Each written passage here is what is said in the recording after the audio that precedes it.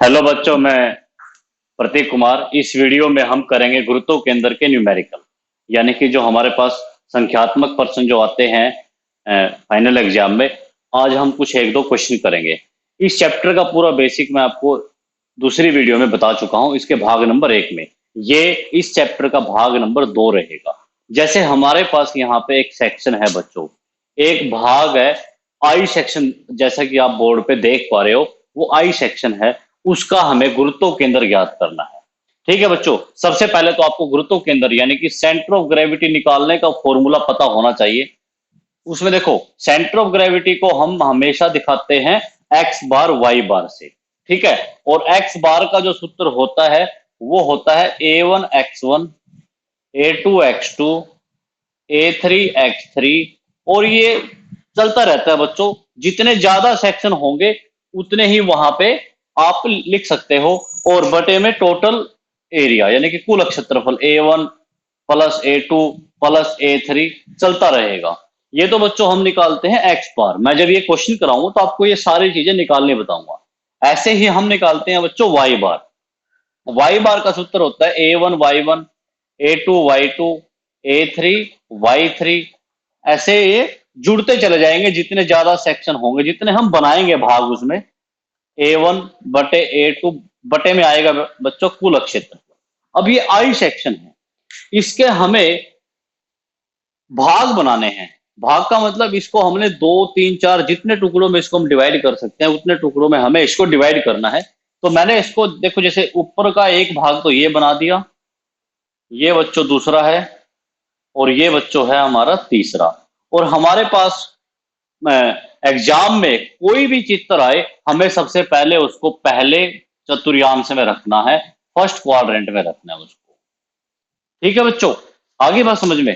अब देखो, ये A1 का मतलब क्या है, मैं आपको वन का मतलब समझाता हूं। आप वहां पे देखो वन क्या है, वो रहा, तो इसका मतलब वो उस पहले भाग का क्षेत्रफल है। ए का मतलब एरिया। ठीक है, A2 का मतलब दूसरे भाग का क्षेत्रफल, A3 का मतलब तीसरे भाग का क्षेत्रफल। अगर हमारे पास कोई ऐसा चित्र आ जाता है जिसमें 3 से ज्यादा भाग है, तो वहां पे हम उतने ज्यादा क्षेत्रफल ले सकते हैं।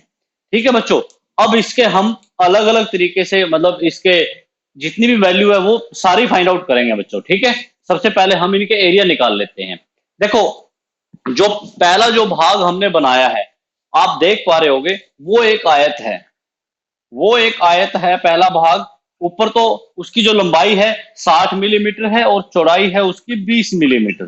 ठीक है बच्चों, पहले हम निकाल लेते हैं A1। ठीक है, A1 जो है यानी कि 60, क्या होता है इसका क्षेत्रफल, लंबाई गुना चौड़ाई, यानी कि 60 गुना 20, 006 दूनी 1200 वर्ग मिलीमीटर। यानी कि इसका इसका जो एरिया है वो है, इसका क्षेत्रफल जो है वो है 1200 वर्ग मिलीमीटर। अब आप दूसरा भाग देखिए, दूसरा कंपार्टमेंट देखिए। दूसरा क्या है हमारा, वो भी एक आयत की तरह है।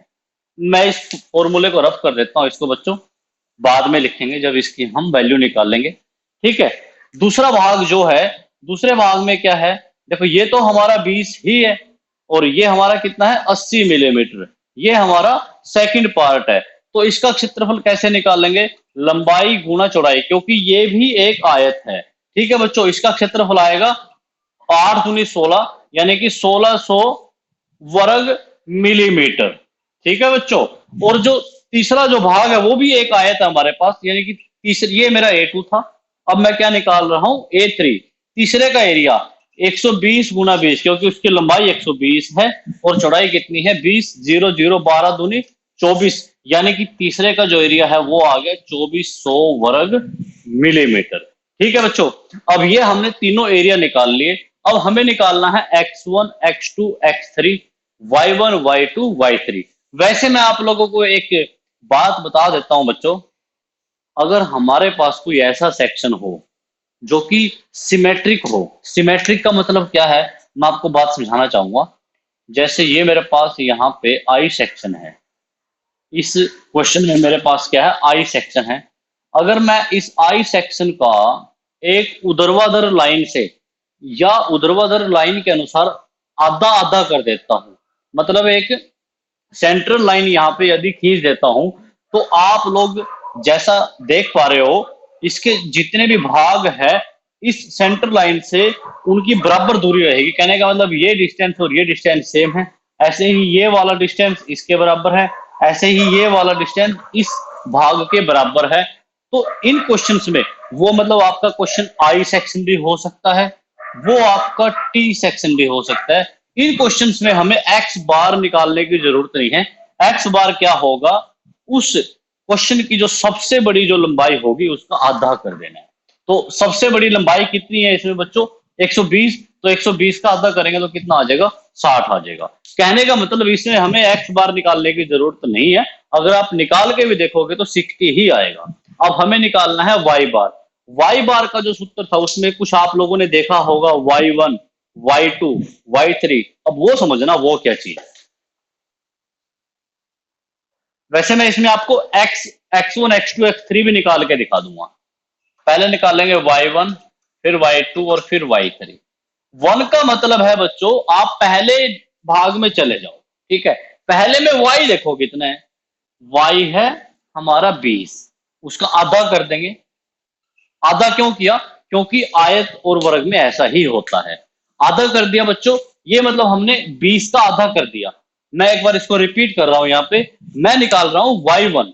1 का मतलब मैं पहले पहले भाग में गया, वहां पे y देखा, y मुझे दिखाई दिया 20, उस 20 का मैंने आधा कर दिया, प्लस अब आप उसकी दूरी देखो x अक्ष से कितना दूर है वो। मतलब क्या है बच्चों, अगर आप y1, y2, y3 ये वैल्यू निकालोगे तो प्रत्येक भाग की दूरी देखनी है x अक्ष से। यदि आप x1, x2, x3 निकालते हो तो उनके जो भाग होंगे उनकी दूरी देखनी है y एक्सिस से, यानी कि y अक्ष से। ठीक है, अब हमने क्या किया, उसका आधा कर दिया पहले 20 का। अब ये देखो कि वो भाग, ये जो हमारा x अक्ष है, ये x एक्सिस है, यहां से कितना दूर है, 80 और 20 बच्चों ये है हमारा। तो 80 और 20 कितना दूर है, 100। इसको 20 को हमने 2 से भाग दे लिया, 10, 10 और 100 कितना आ जाएगा, 110। ठीक है बच्चों, जैसे मैं आगे बढ़ता जाऊंगा आपको ये क्वेश्चन क्लियर होता जाएगा, और जब ये क्वेश्चन खत्म हो जाएगा तो आप लोगों को बिल्कुल 100% ये क्वेश्चन समझ में आएगा बच्चों। अब y2 यानी कि मैं दूसरे कंपार्टमेंट में चला जाता हूं, दूसरे भाग में चला जाता हूं, उसका y देखो कितना है, मतलब y अक्ष कितना है, वो है 80। 80 का आधा करूंगा मैं, जैसा कि रूल है। आधा करने के बाद अब मुझे ये देखना है कि ये वाला जो मेरा भाग है ये एक्स अक्ष से कितना दूर है, कितना दूर है, मात्र 20 मिलीमीटर। ठीक है बच्चों, क्योंकि पहला जो भाग था ऊपर वाला वो टोटल इतना दूर था, यानी कि 80 प्लस 20, 100 मिलीमीटर दूर था। ये सिर्फ ये भाग जो है कितनी दूर है, 20 मिलीमीटर। 40, 40 और 20 कितना आ जाएगा यहाँ पे, 60। अब बच्चों y3 मतलब तीसरे कंपार्टमेंट में आ जाओ। तीसरे कंपार्टमेंट में आप y देखो, y कितना है, 20। 20 का आधा कर देंगे, और दूरी कहां से देखेंगे, x अक्ष से। लेकिन जैसा हम इस चित्र में देख पा रहे हैं, ये जो तीसरा जो भाग है ये बिल्कुल x अक्ष के ऊपर ही टिका हुआ है, तो वहां पे कोई गैप नहीं है, कोई किसी तरह की दूरी नहीं है। तो दूरी कितनी है वहां पे, 0। 2 दाया 20, ये आ गया मेरा 10। कहने का मतलब y1 तो मेरा 110 है, y2 मेरा 60 है, और y3 है मेरा 10। अब y बार का जो सूत्र था वो मैंने आपको बताया था बच्चों, a1 y1, a2 y2, अगर जितने सेक्शन उतने a3 y3, और बटे में कुल क्षेत्रफल a1 a2 a3। इसको बच्चों सोल्व करते हैं। देखो a1 कितना एरिया, शुरू में हमने क्षेत्रफल निकाला था 1200, गुना में y1 कितना है, y1 है 110, प्लस a2 कितना है बच्चों, a2 है हमारा एरिया, देखो दूसरे का क्षेत्रफल कितना, 1600, गुना में y2 कितना है, y2 हमने निकाला था 60, प्लस अब a3 तीसरे का एरिया कितना है, 2400, गुना में y3 कितना है हमारा, y3 आया 10, और बटे में कुल क्षेत्रफल। कुल क्षेत्रफल का मतलब बच्चों 1200 प्लस 1600 प्लस 2400। ठीक है बच्चों, अब आपको ये जो हमारे यहाँ पे स्टेटमेंट जो हमने फॉर्मूले में वैल्यू पुट की है इसको सोल्व करना है। सोल्व करने के बाद आपका आंसर आएगा यहाँ से 60। इसका मतलब जो मेरा गुरुत्व केंद्र है, एक्स बार का मान मैंने आपको शुरू में बताया था, क्या बताया था, हमारे पास जो टी सेक्शन है, आई सेक्शन है, जो बिल्कुल सिमेट्रिक है, उनका एक्स बार निकालने की जरूरत नहीं है।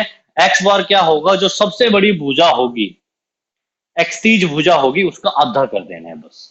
तो एक्स बार का मान भी 60 आया है, मतलब 60 है, और वाई बार का मान भी कितना है, 60। तो मतलब ये एक ऐसा बिंदु है जहां पे इस पूरे आई सेक्शन का भार केंद्रित होगा, संतुलित होगा। उसकी लोकेशन भी दिखा सकते हैं हम। लोकेशन कैसे दिखाएंगे, देखो ध्यान से, ये हमारा है आई सेक्शन, ठीक है बच्चों। मैं एक बार इसको हटा देता हूं, यहां से साफ कर देते हैं इसको। मैं इसकी लोकेशन बता देता हूँ, लोकेशन कहाँ पे आएगी। ये हमारा है बच्चों आई सेक्शन, जो मतलब हमें क्वेश्चन में दिया हुआ था।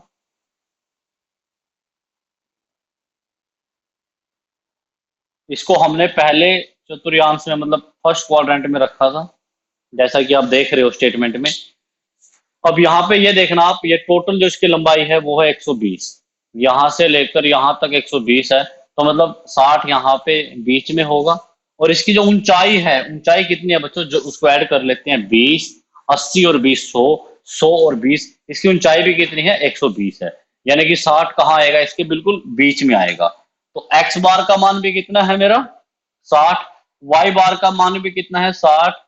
अगर हम ये बिंदु ट्रेस करते हैं तो ये बिंदु आएगा बच्चों यहाँ पे। कहने का मतलब, ये जो हमारे पास आई सेक्शन था, आई सेक्शन की बीम होती है, जैसे हम पुराने जो हमारे घर होते थे उसमें बीम होती थी हमारी, लोहे का, जो जिसको हम गिल्डर कहते थे, गाटर कह देते थे, वो आई सेक्शन के होते हैं। तो उनमें यहाँ पे एक ऐसा पॉइंट होगा, मतलब ये जो हमें क्वेश्चन दे रखा था उसके अनुसार यहाँ पे एक ऐसा बिंदु होगा जहां पे इस पूरे आई सेक्शन का भार जो है केंद्रित होगा, जिसको हम कहेंगे गुरुत्व केंद्र।